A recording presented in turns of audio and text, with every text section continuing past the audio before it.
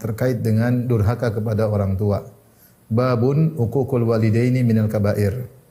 Kata Imam Al-Bukhari, bab bahwasanya durhaka kepada kedua orang tua termasuk dari dosa-dosa besar. Qalahu Abdullah bin Amr radhiyallahu anhuma anin Nabi sallallahu alaihi wasallam. Ini disebutkan hadis muallaq. Judul tersebut pernah diungkapkan oleh Abdullah bin Amr bin Al-As radhiyallahu anhuma dari Nabi sallallahu alaihi wasallam.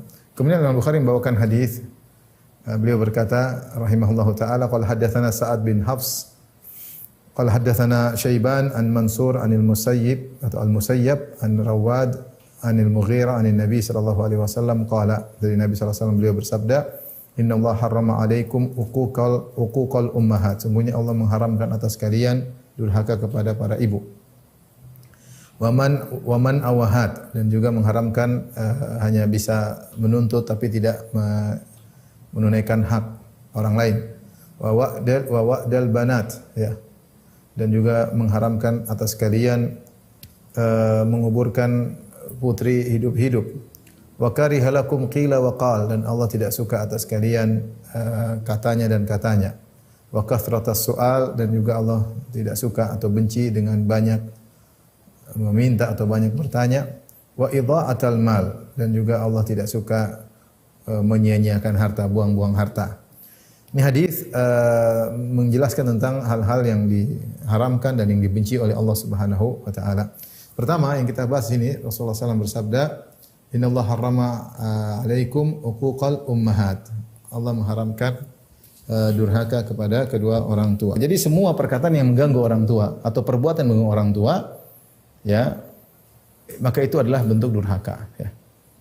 Syaratnya yang penting orang tua tidak berlebih-lebihan, ya. Maksudnya merintah dulu sampai anak tak kuat lagi untuk melakukannya. Ini namanya berlebih-lebihan.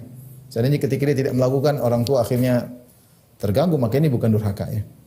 Atau orang tua ternyata memerintahkan melakukan kesyirikan, kemudian anak tidak mau, akhirnya orang tua marah, terganggu. Ini tidak mengapa, itu bukan durhaka karena dia mengutamakan hak Allah daripada hak manusia. Sama kalau disuruh maksiat juga demikian, dia tidak nurut, kemudian orang tua marah, tidak jadi masalah. Oleh karenanya apa saja perkataan maupun perbuatan yang buat orang tua terganggu termasuk durhaka. Makanya sebenarnya mengatakan Allah melarang mengatakan ya. Seperti firman Allah Subhanahu wa taala, imma yablughanna indakal kibaru ahaduhuma aw kilahuma fala taqul lahumu uffin. Jika kedua orang tua atau salah satunya telah mencapai masa jompo, sudah tua, maka janganlah